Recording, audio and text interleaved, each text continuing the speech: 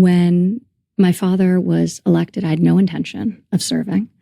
And he came to me and my husband, and he asked for us to go with him. And this was not what I had set my life up for. I loved the life I was building.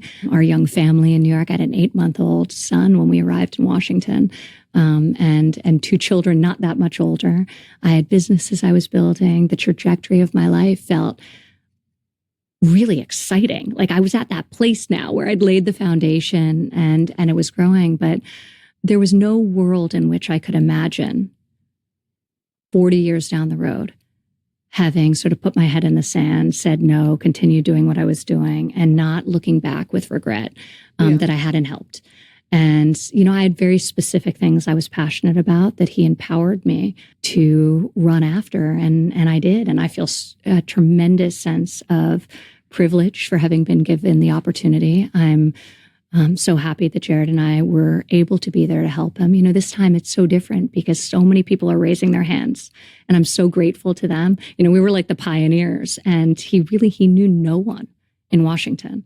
And, I'd worked with him at that time over a decade, and he trusted my ability very much to help him execute. And of course, Jared. So, I really wanted to figure out a way to help working families, especially working women, and lighten their load. I saw firsthand, my team was comprised mainly of young women, and I know the supports that they needed and I need to be able to do the thing that we love and pursue our professional dreams. And for many more, it's far more existential than that, to be able to put food on the table.